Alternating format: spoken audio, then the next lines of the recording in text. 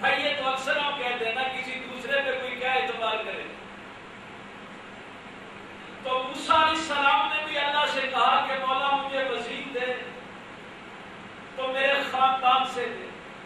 جو میرا بوجھ اٹھائے. ہارون آخی، پہلے تو درد جو تھی وہ برادر نے بات کی نا، پورے خاندان کی بات کی. آپ اس کو اسپیسیفک کر دیا. ہارون آخی، مولا اگر تو میرے بھائی ہارون کو بنا دے تو کیا بات، تم کو میرا مددگار بنا. اخشتم بہی عضری، میرے اس بھائی سے میری کمر کو مضبوط کر دے. فاشرکہ فی امری، میرے کام میں اس کو میرا شریک بنا. کئی نسبھا کا تصویرہ، تاکہ ہم دونوں مل کے کثرت سے تیری تسبیح بیان کریں. وَنَذْكُرَكَ كَثِيرًا، اور ہم کثرت سے تیرا ذکر کریں. یہ بڑی عجیب بات ہے کہ اللہ نے اس کو 16واں پارہ سورہ طٰہٰ میں اس کو درج کیا. اللہ نے یہ نہیں کہا کہ موسیٰ جب میں جو ہوں تو تجھے مددگار ماننے کی ضرورت کیا ہے. بھائی اللہ کی موجودگی میں مانگ کوئی عام بندہ نہیں رہا. اولو العزم رسول موسیٰ صاحب کتاب پیغمبر مددگار مانگ رہا ہے. اب اللہ نے کوئی شرک کا فتویٰ نہیں لگایا کہ موسیٰ تو یہ شرک کر رہا ہے، میری موجودگی میں مددگار مانگ رہا ہے، اور پھر نام لے کے مانگ رہا ہے کہ ہارون مجھے مددگار دے، ہارون سے میری کمر مضبوط کر دے. کیا اللہ سے تیری کمر مضبوط نہیں ہوتی؟ اللہ نے بڑا خوبصورت جملہ ارشاد فرمایا، قَالَ قَدْ أُوتِيتَ سُؤْلَكَ يَا مُوسَىٰ، موسیٰ تو نے جو مانگا میں نے تجھے دے دیا، جو مانگا دے دیا. عقیدے کی بھی تصحیح ساتھ ساتھ ہوتی ہے. یہ مختلف دعائیں ہیں قرآن میں. میں نے برکت کے لیے ایک دعا آپ کے سامنے پیش کی. جب بڑا مشکل وقت آتا ہے انبیاء پہ بھی تو مددگار مانگتے ہیں، لیکن میرے پیغمبر نے نہیں مانگا. آخر اللہ کو کہنا پڑا، قُلْ رَبِّ أَدْخِلْنِي. معلوم تو بھی مانگا کر، تو بھی کہا کر، اللہ سے یہ بات کہا کر، ادخلنی مدخل سے، مولا مجھے جہاں بھی کہیں داخل کر سچائی کے ساتھ کر. اللہ نے سکھائی دعا. وَأَخْرِجْنِي مُخْرَجَ صِدْقٍ، جہاں سے بھی مجھے نکالنا ہے سچائی سے نکال. وَاجْعَلْ لِي، وہی لفظ وَاجْعَلْ لِي وَزِيرًا مِنْ أَهْلِي، موسیٰ علیہ السلام نے کہا تھا. یہاں وَاجْعَلْ لِي مِن لَّدُنْكَ، مولا میرے لیے بنا، لیکن میری مرضی سے نہیں، مِن لَّدُنْكَ، اپنی مرضی سے. اب میری موسیٰ نے تو کہا نا میری مرضی سے مددگار دے. یہ محمد کی ذات ہے جس نے کبھی بھی اپنی مرضی سے کوئی بات نہیں کہی. مددگار بھی دینا تو تو اپنی مرضی سے دے. وَاجْعَلْ لِي مِن لَّدُنْكَ، مولا مجھے دے لیکن اپنی مرضی سے دے. سلطان، ایک طاقتور، سلطان النصیرہ، سلطان کہتے ہیں طاقتور، نصیرہ مددگار. ایک طاقتور مددگار میرے لیے مقرر فرما. یہ نہیں کہا میرے خاندان سے دے، میرا کوئی بھائی جو ہے وہ میرا مددگار بنا دے، میرا فلان جو ہے اس کو میرا قریبی بنا دے. اب اللہ سے مانگا تو اللہ کی رضا مانگی. اس کے پیچھے بڑی حکمتیں ہیں. یقین جانیے جب انسان اس چیز کو سمجھ لیتا ہے، میں نے کئی دوست دیکھے ہیں بڑے پرسکون زندگی گزاری، بیٹا بڑے امتحان میں فیل ہو گیا. میں نے کہا کہ بڑی پریشانی کی بات ہے، آپ نے بڑے پیسے لگائے تھے، بڑی ٹیوشن پڑھائی، بچہ فیل ہو گیا. کہنے لگے دعا ہی نہیں کی تھی کہ مولا کریم اگر یہ کامیابی اس کے لیے بہتر ہے تو اس کو کامیابی دینا، ورنہ نہ دینا. ہم تو کہتے ہیں نا کہ مولا جیسے میں چاہتا ہوں ویسے تو کر.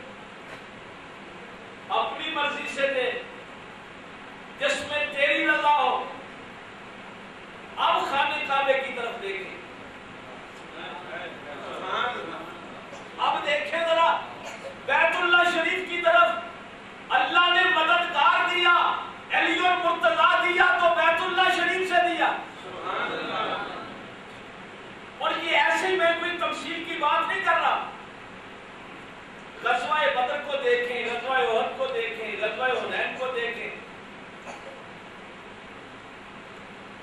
تلوار ٹوٹ جاتی ہے صحابی کی۔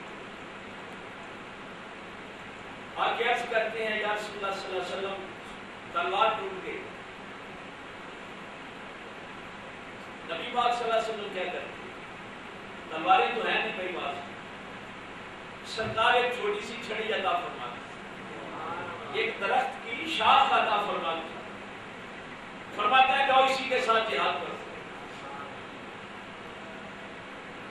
اب صحابی فرماتے ہیں کہ جب میں وہ درخت کی شاخ لے کے جاتا ہوں، سامنے تلوار والا ہے، ادھر درخت کی شاخ والا ہے، لیکن یہ یقین ہے نہ تیغ و تیر پہ تکیا، نہ خنجر پر، نہ بالے پر، بھروسہ تھا تو ایک سادہ سی کالی کمری والے۔ شاخ کے ساتھ وہ لڑ رہے ہیں، بھروسہ ہے کہ پیچھے کوئی طاقت والا کھڑا ہے، وہ شاخ تلوار کا ہی کام کرتی ہے۔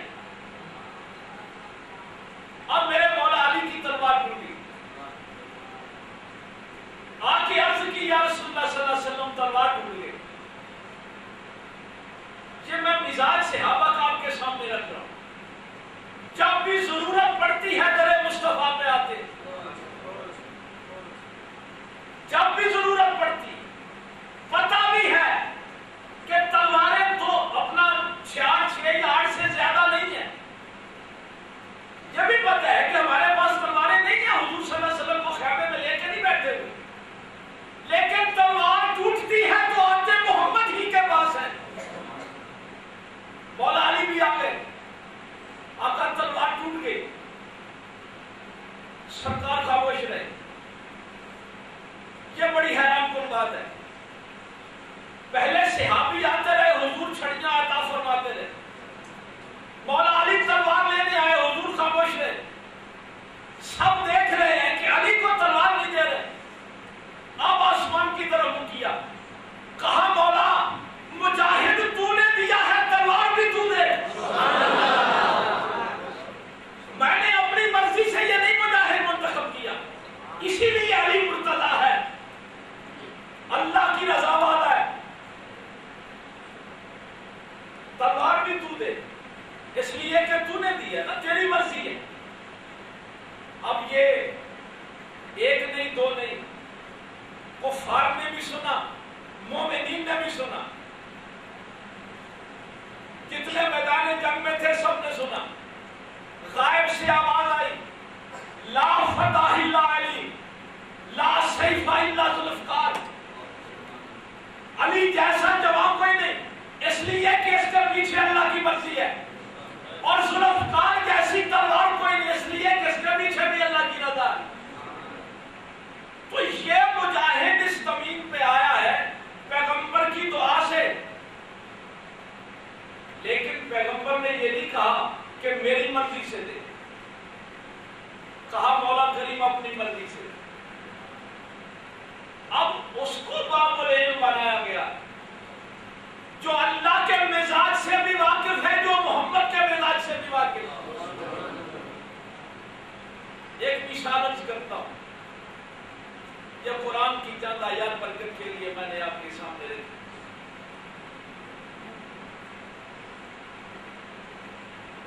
توحید کا پہلا جلسہ، مکے میں توحید کا پہلا جلسہ،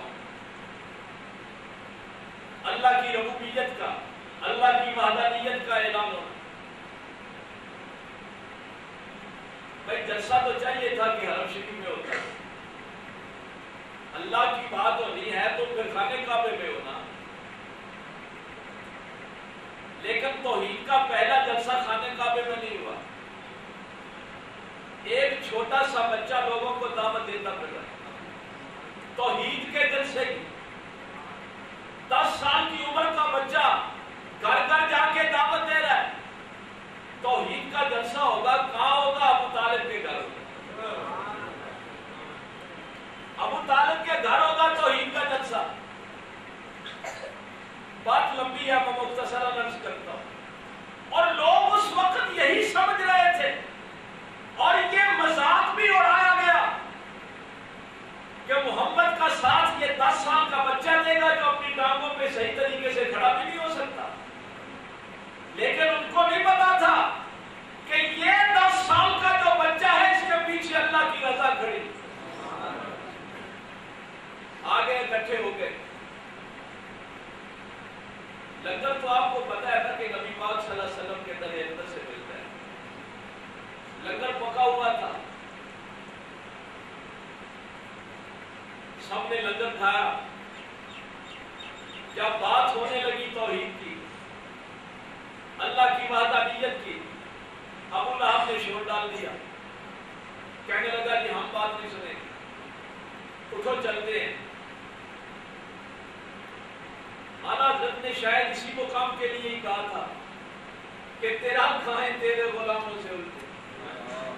عجب ہیں یہ کھانے اور گرانے والے, میرے نبی کا کھاتے بھی ہیں اور نبی کے غلاموں کو گھورتے بھی ہیں.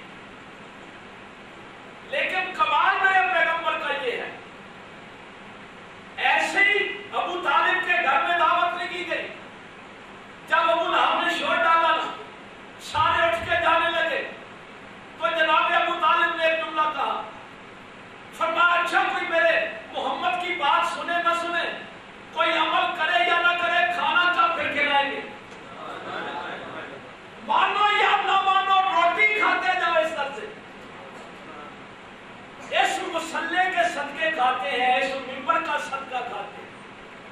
اب اگر میرے نبی یا میرے نبی کی آپ کو بھولے تو ان کی مرضی ہے, لیکن فیصلہ پہلے دن ہو گیا ہے کہ کوئی مانے یا نہ مانے لنگر کھاتا جائے.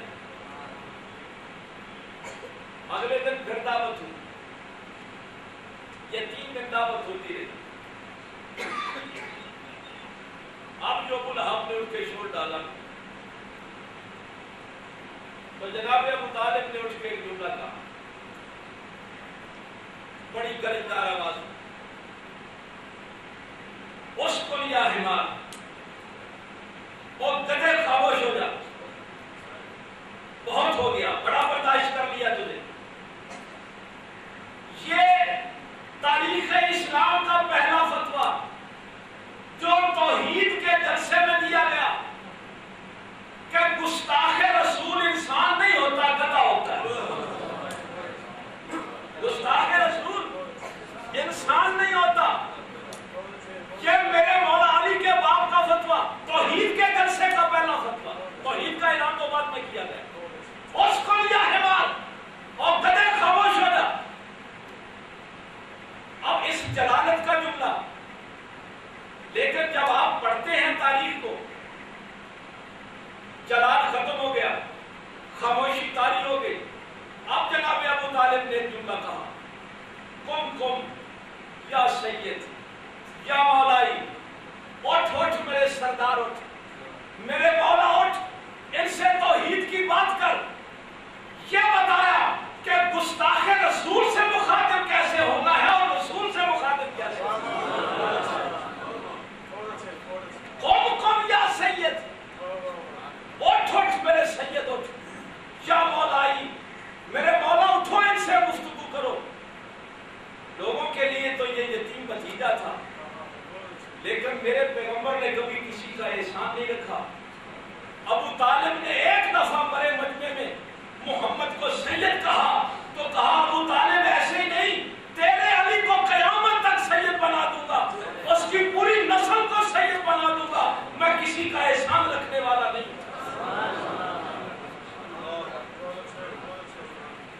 مزاج نبوت کو سمجھنے والا یہ بچہ اٹھا, میں ساتھ دوں گا. علی المرتضیٰ اٹھے, 10 سال کی عمر ہے, ساتھ دینے کا اعلان کیا. بڑے مذاق اڑائے گئے. یہاں پہ اگر آپ تھوڑی دیر کے لیے رکیں تو میں آپ کو آخری حج کے خطبے پہ لے آؤں, تاکہ جناب ابو طالب کے اس جملے کی بات جو ہے وہ آپ کی سمجھ میں آ جائے. آج علی کو یا علی کی اولاد کو لوگ سید کہتے ہیں تو کیوں کہتے ہیں؟ اگر علی کو لوگ مولا کہتے ہیں تو کیوں کہتے ہیں؟ اس لیے کہ یہ بتایا جا رہا ہے کہ جو وفا کرے گا در مصطفیٰ سے, میرے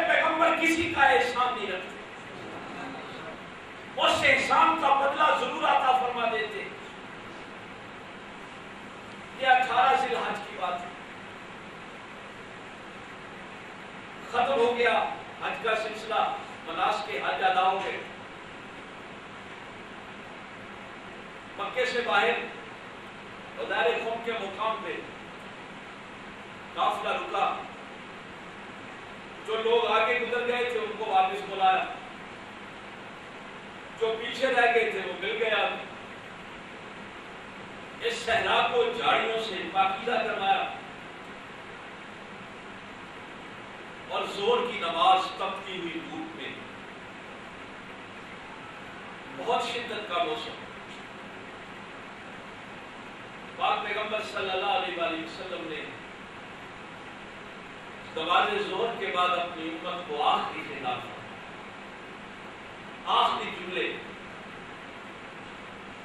چونکہ اس جگہ سے اب مصر والے جو قافلے تھے انہوں نے ادھر کو چلے جانا تھا، دمشق والوں نے ادھر کو چلے جانا تھا، مدینہ شریف والے جو تھے یہاں سے سب قافلے جدا جدا ہو جانے تھے. لمبا خطبہ، امت کو بڑی نصیحتیں فرمائی اور آخر میں جو چند باتیں کی، فرمایا ایھا الناس. یہ بڑی عجیب بات ہے خطبہ حجۃ الوداع سے لے کے جہاں اب ایھا الناس کہا جائے، انسانیت کو مخاطب کیا جا رہا ہے. فرمایا دیکھو میں قریب اپنے دائی اجل کو لبا کہنے والا ہوں. ایک ایک لفظ قابل غور ہے. میں قریب دائی اجل کو لبا کہنے والا ہوں. سنو، تم سے بھی سوال ہوگا اور مجھ سے بھی سوال ہوگا. یہ جو آج ہمارے ذہن میں پتہ نہیں کو بھوت سوال ہے نا کہ دیکھی جائے گی قبر اشر کی، پیغمبر نے امت کو آخری جملے بھی یہی ارشاد فرمایا. فرمایا تم سے بھی سوال ہوگا، مجھ سے بھی سوال ہوگا. اگر تم سے میرے متعلق سوال ہوا تو کیا جواب دو گے؟ عرض کی یا رسول اللہ صلی اللہ علیہ وسلم، ہم کہیں گے کہ مولا کریم نبی پاک صلی اللہ علیہ وسلم نے تبلیغ اور نصیحت کا حق ادا کیا، تیرا ایسا پیغام پہنچایا کہ حق ادا کر دیا. اللہ جزائے خیر دے ہمارے پیغمبر کو. کہاں 950 سال نبی تبلیغ کرتا رہا، نوح علیہ السلام کی ذات اور نظم رسول، اور 950 سال کے بعد 70 بندے کشتی میں بیٹھے. اور یہاں تو صرف 23 سال کی چھوٹی سی مدت ہے اور لاکھوں انسان سامنے بیٹھے. 23 سال کی مدت ہے. بڑی خوشی کا بھی موقع تھا. فرمایا کیا اس بات کی گواہی نہیں دو گے کہ اللہ کے سوا کوئی عبادت کے لائق نہیں، محمد صلی اللہ علیہ وسلم اللہ کے رسول اور اس کے بندے، جنت اور دوزخ برحق ہے. سب نے بیک زباں کہا یا رسول اللہ صلی اللہ علیہ وسلم ہم گواہی دیتے. اب جب سب نے گواہی دی تو میری سرکار نے آسمان کی طرف چہرہ مبارک کر کے کہا مولا تو بھی گواہ ہے، تیرے بندے کیا کہہ رہے ہیں؟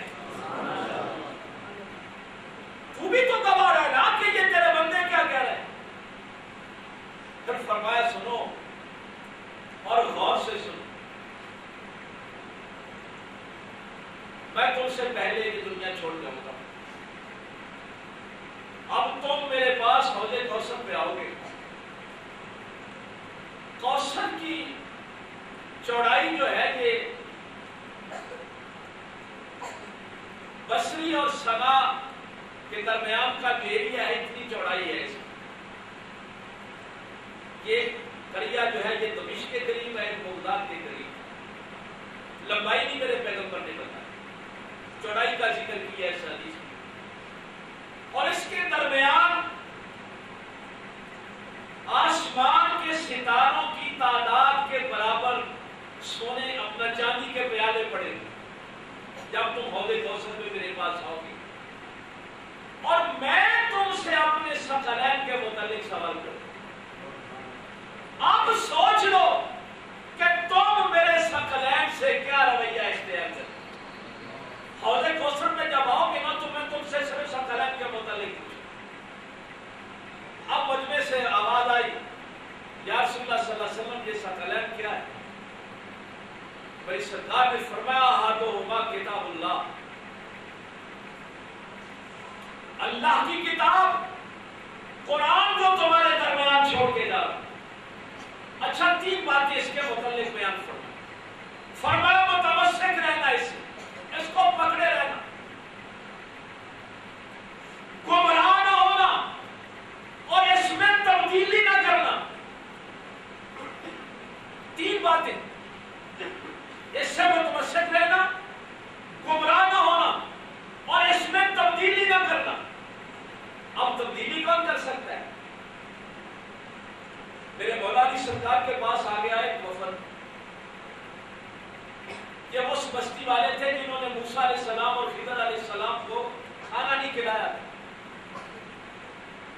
آگے کہنے لگے حضور یہ جو قرآن کا لفظ ہے نا جو نہیں یہ فو ہوگا، یہ یا کہ اگر نقطے آپ اوپر ڈال دینا تو یہ بڑا بہتر ہوگا۔ ایسے تو ہماری جہاں قرآن پڑھا جاتا ہے تذلیل ہوتی ہے کہ یہ وہ بدبخت لوگ ہیں جنہوں نے اللہ کے نبی کو کھانا نہیں کھلایا۔ تو میرے مولا علی کرم اللہ وجہہ کریم نے ان سے بھی یہ بات ارشاد فرمائی تھی کہ ایک نقطہ بھی آگے پیچھے نہیں ہو سکتا، تم 2 نقطوں کی بات کرتے۔ قرآن میں کوئی تبدیلی نہیں ہو سکتی، اِنَّا نَحْنُ نَزَّلْنَا الذِّکْرَ وَإِنَّا لَهُ لَحَافِظُونَ۔ لیکن پیغمبر امت سے فرما رہے ہیں اس میں تبدیلی کرنے کی کوشش نہ کرنا۔ آج ہم قرآن بھی پڑھتے ہیں نا تو ثواب کے لیے پڑھتے ہیں، اس لیے قرآن کا پتہ مطلب کیا ہے، اس کے سامنے سرنڈر کر دیتے، جو تو کہے گا اس کے مطابق عمل کرے، یہ نہیں کہ جیسے میری مرضی ہے ویسے قرآن ہو جائے۔ بس میری مرضی یہ ہے کہ میں کہتا ہوں کہ تو نے دی یا علی مدد کہا تو مشرک ہو گیا، اب قرآن کو میری مرضی کے مطابق ہونا چاہیے۔ نہیں، اگر موسیٰ کہے کہ مولا مددگار دے تو موسیٰ مشرک نہیں ہوتے، میرے پیغمبر کہیں کہ مولا کریم مددگار دے تو اللہ تعالیٰ شرک کا فتویٰ نہیں لگاتا۔ یعنی تم قرآن کے مطابق ہو جاؤ، قرآن کو اپنی مرضی کے مطابق کرنے کی کوشش نہ کرنا۔ یہ گمراہی کتنی اس دور میں پھیلی ہے، اس وجہ سے پھیلی کہ ہم قرآن کے مطابق نہیں ہونا چاہتے۔ دوسرا فرمایا میری اطرت، ایک نشانی بڑی خوبصورت بیان کی، سید صاحب تشریف فرمائے، میرے پیغمبر صلی اللہ علیہ وسلم نے فرمایا مجھے بتایا گیا کہ یہ قرآن اور میری آل قیامت تک ایک دوسرے سے جدا نہیں ہوگی۔ سید کی نشانی بتا دی کہ سید اصلی پہچان نہ ہو تو سید قرآن والا ہوتا ہے، قرآن سے دور والا نہیں ہوتا۔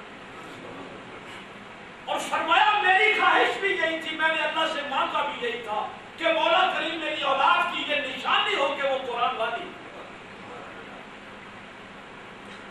بھائی آج کل کئی براسی جوگی بھی بن جاتے ہیں نا سید، میں اس لیے کہہ رہا ہوں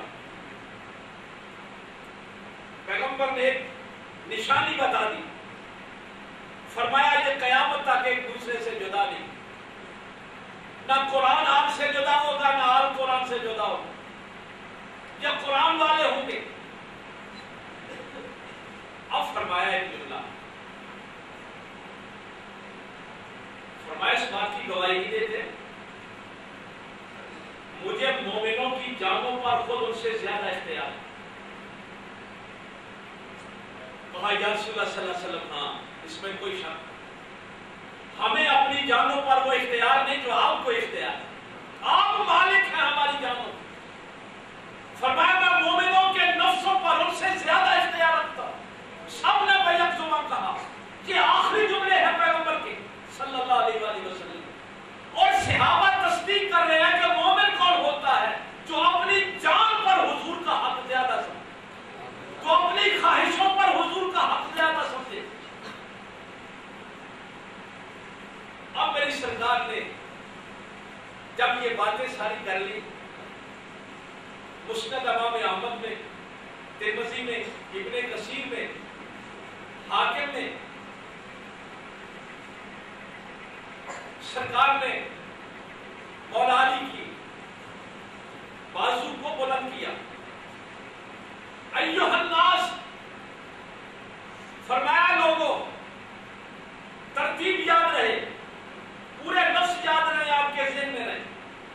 سرکار نے فرمایا ایھا الناس، اے لوگو، اللہ مولائی، اللہ میرا مولا ہے، وَأَنَا مَوْلَاكُمْ، اور میں تمہارا مولا ہوں، مَنْ كُنْتُ مَوْلَاهُ فَهَذَا عَلِيٌّ الْمَوْلَا، اور جس کا میں مولا اس کا علی مولا۔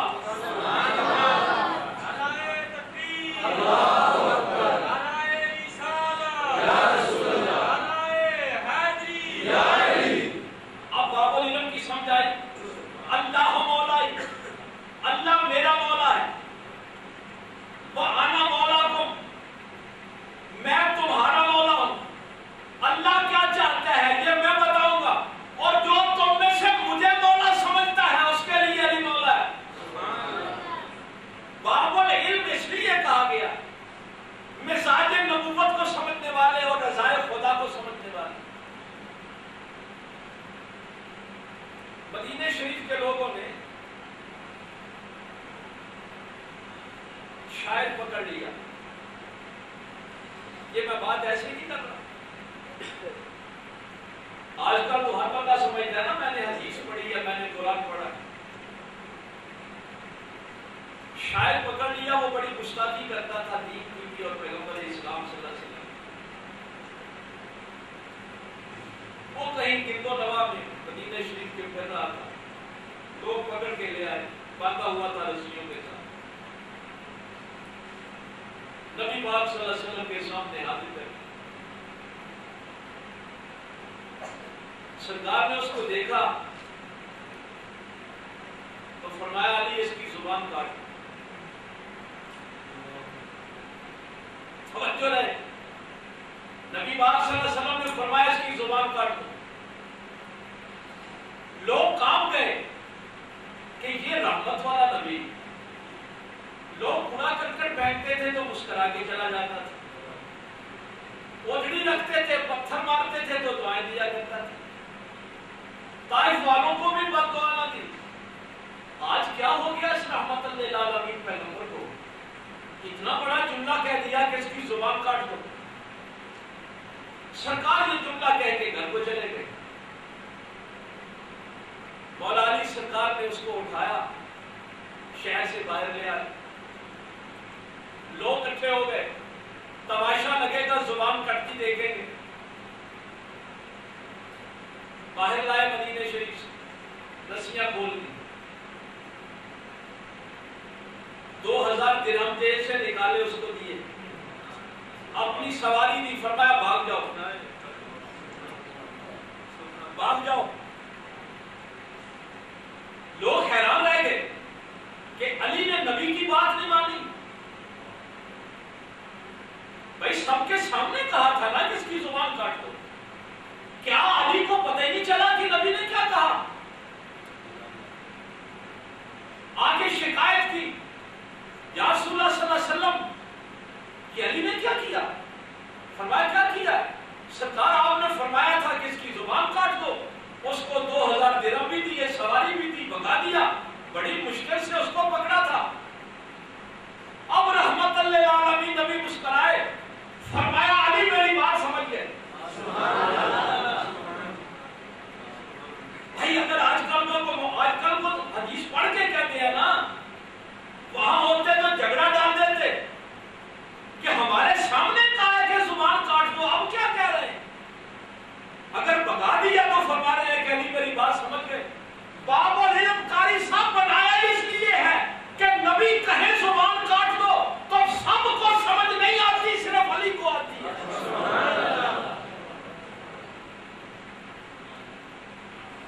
لوگ خاموش ہو گئے، یہ کیا معاملہ، بڑا عجیب معاملہ ہو گیا۔ پہلے فرمایا تھا زبان کاٹ دو، اب علی نے اس کو بگا دیا تو فرماتے علی میری بات سمجھ گئے۔ صبح کی نماز ہو گئی، ہائے ہائے، صبح کی نماز پڑھ کے جب لوگ مسجد سے باہر نکلنے لگے تو کیا دیکھا کہ وہ شاعر وضو کر رہا ہے۔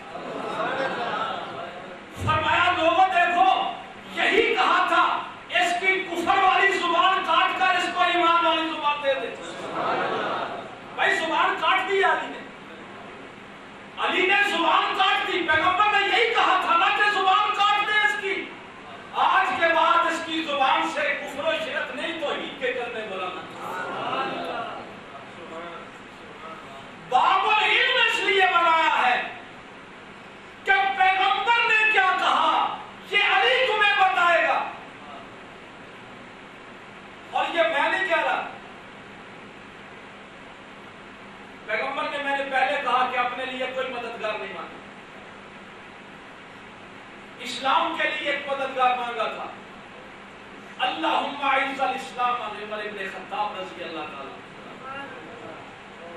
مولا کریم اس عمر کی وجہ سے اسلام کو عزت عطا فرما۔ وہ سرکار عمر فاروق آپ کو پیغام دے رہے ہیں، لولاک علی وہلکت عمر، اگر علی نہ ہوتے تو عمر ہلاک ہو جاتا۔ یہ درس ہے پوری امت کو سرکار عمر فاروق کا۔ اور جہاں میں آپ کو لے کے گیا تھا اس مقام کو سمجھانا چاہتا ہوں۔ جب میرے پیغمبر نے یہ کہا نا، اللہ مولائی، اللہ میرا مولا ہے، وَأَنَا مَوْلَاكُمْ، میں تمہارا مولا ہوں، من كنت مولا فَهَذَا عَلِيٌّ مولا، جس کا میں مولا اس کا علی مولا۔ سب سے پہلے جس شخص نے اٹھ کے علی کو مولا ماننے کی تصدیق کی وہ جناب ابو بکر صدیق کی ذات۔ کہا علی آج کے بعد تو میرا مولا ہے۔ دوسرا شخص جس نے ہدیہ تبریک پیش کیا وہ جناب عمر فاروق کی ذات۔ اور مولا علی کی یہ شان نہیں ہے کہ وہ پنگی پوسٹی سوٹا لگا کے اٹھ کے یا علی کا نعرہ لگائے۔ علی کی یہ شان ہے کہ اس کو عمر فاروق اور ابو بکر نے علی کا مولا مانا۔ ہم ان کمینوں کے یا علی کے قائل نہیں ہیں کہ جن کی زبان بھی صاف نہیں ہوتی تو یا علی کے نعرے لگاتے ہیں۔ علی کی شان یہ ہے کہ جس کے ذریعے اللہ نے اسلام کو عزت عطا فرمائی، اس شخص نے کھڑے ہو کے کہا لوگوں سنو آج کے بعد علی میرا بھی مولا۔ جناب ابو بکر صدیق علی کو مولا مانے، یہ علی کی شان ہے۔ اب اگر آپ کو سمجھ آ جائے، جناب ابو طالب نے ایک دفعہ کہا تھا نا، قم یا سید، یا مولائی، میرے مولا اور پھر سے توحید کی بات کر۔ کہا ابو طالب تو نے تو ایک جلسے میں کہا تھا میں نے تیرے بیٹے علی کو قیامت تک مولا بنا دیا۔ پیغمبر کے در اقدس سے جو میرے بھائی فرما رہے تھے کوئی مانگ کر تو دیکھے۔ وقت کافی ہو گیا ہے، فضائل پہ اگر میں چلا جاؤں تو حدیث بہت زیادہ ہے، لیکن یہ تسلیم و رضا والے لوگ بڑے کمال کے لوگ، بڑے کمال۔ بس آخری باتیں میں کرنے لگا ہوں۔ اپنی مرضی سے کچھ نہیں کرتے، فائدہ ہے۔ عبد الرحمن ابن ملجم آیا، بڑے لوگ بیعت کر رہے تھے، عبد الرحمن ابن ملجم نے بھی بیعت کی۔ جب اٹھ کے گیا نا تو بلایا اس کو واپس، فرمایا عبد الرحمن بیعت توڑو گے تو نہیں؟ یہ قاتل ہے میرے مولا علی سے۔ بیعت کی اس نے، بیعت کر کے جب گیا تو اس کو بلایا، فرمایا عبد الرحمن بیعت توڑو گے تو نہیں؟ کہنے لگا نہیں امیر المومنین ہے، میں کو بیعت اس لیے تو نہیں کر رہا کہ بیعت توڑوں۔ چلا گیا، پھر بولا، 3 دفعہ بلایا۔ تیسری مرتبہ عبد الرحمن نے تلوار جو تھی نا اس کی نوک اپنے پیٹ پہ رکھی، کہنے لگا یا علی اگر میں بیعت توڑوں تو اس تلوار سے مجھے قتل کر دیا جائے۔ فرمایا اچھا جاؤ۔ قریب جو لوگ تھے انہوں نے بعد میں بڑا تعجب کیا، کہا حضور بڑے لوگ بیعت ہونے آتے ہیں، اس شخص کو آپ بار بار پوچھ رہے ہیں کہ بیعت توڑے گا تو نہیں؟ فرمایا میرا قاتل ہے۔ اور لوگ تو میرے نبی کے علم غیب کی بات کرتے ہیں، وہ تاریخ میں مولا علی کو تو پڑھ لیں، وہ میرے مولا علی سرکار کو تو پڑھ لیں۔ مدینے میں 2 دفعہ مواخات ہوئی، 2 دفعہ بھائی بھائی بنایا مہاجرین اور انصار، اور میرے پیغمبر نے کسی کو اپنا بھائی نہیں بنایا، اس لیے کہ کسی دوسرے کے دل میں خیال نہ آ جائے۔ بھائی نہ بنانے کی وجہ یہ تھی، لیکن مولا علی نے جب کہا کہ مجھے کس کا بنایا، کہا انت اخی فی الدنیا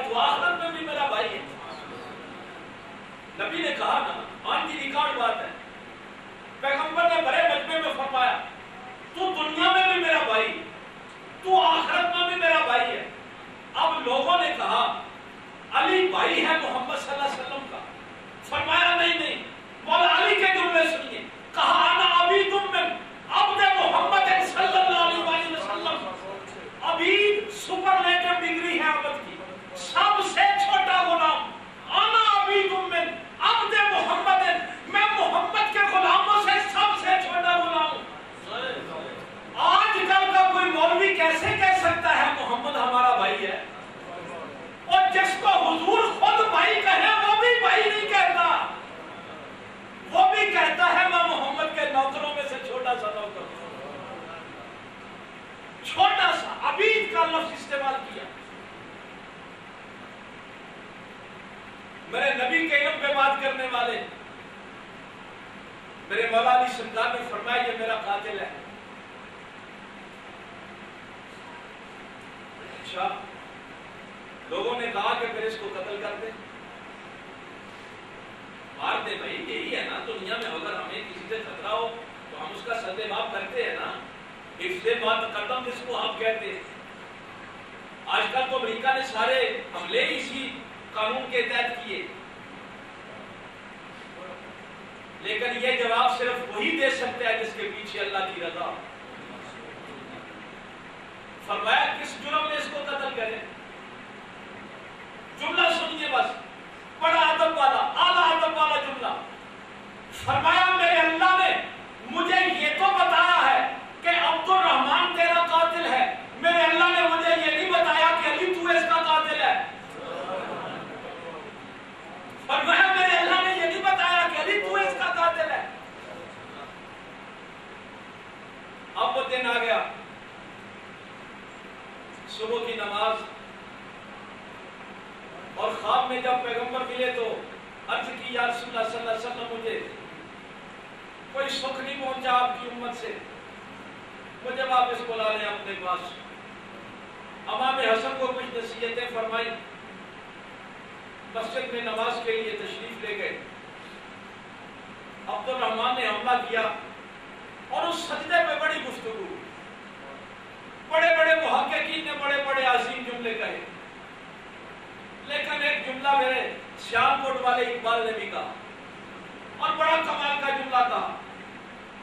کہتا ہے پیشانی پہ تیری نشان سجدہ رہا تو کیا, پیشانی پہ تیری نشان سجدہ رہا تو کیا, کوئی ایسا بھی سجدہ کر زمین پر نشان رہے.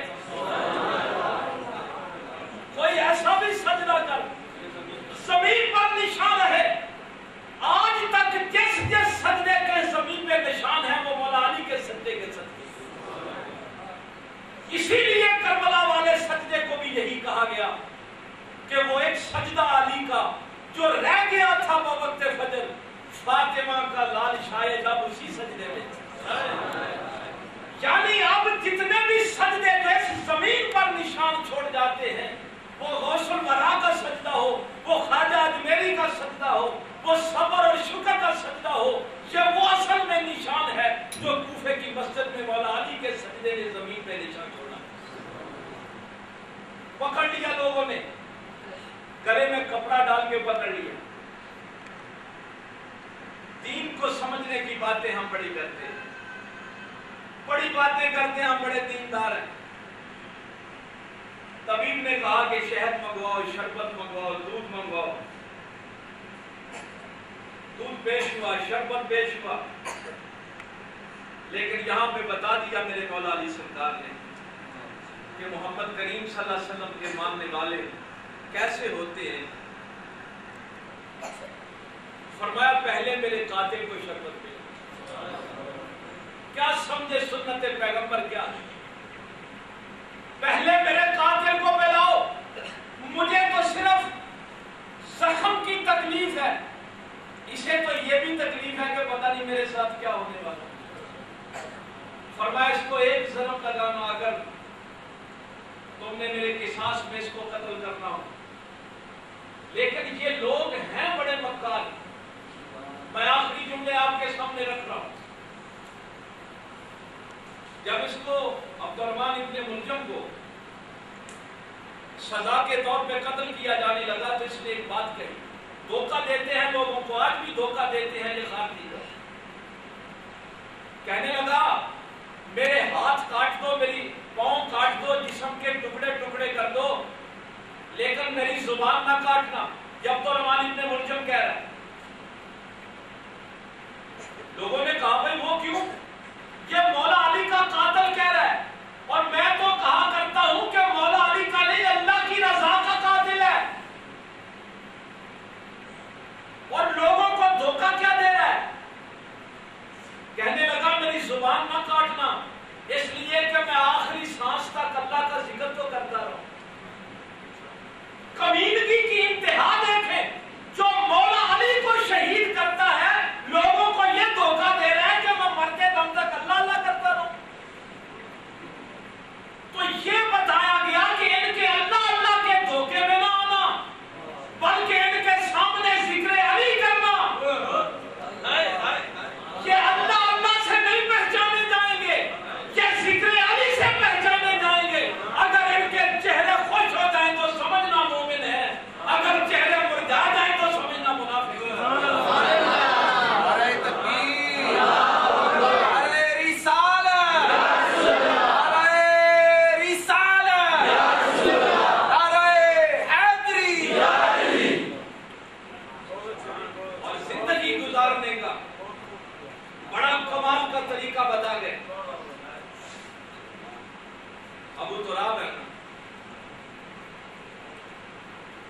زمین کے سارے خزانے اور ان پہ ابو تراب سرکار مولا علی کی ذات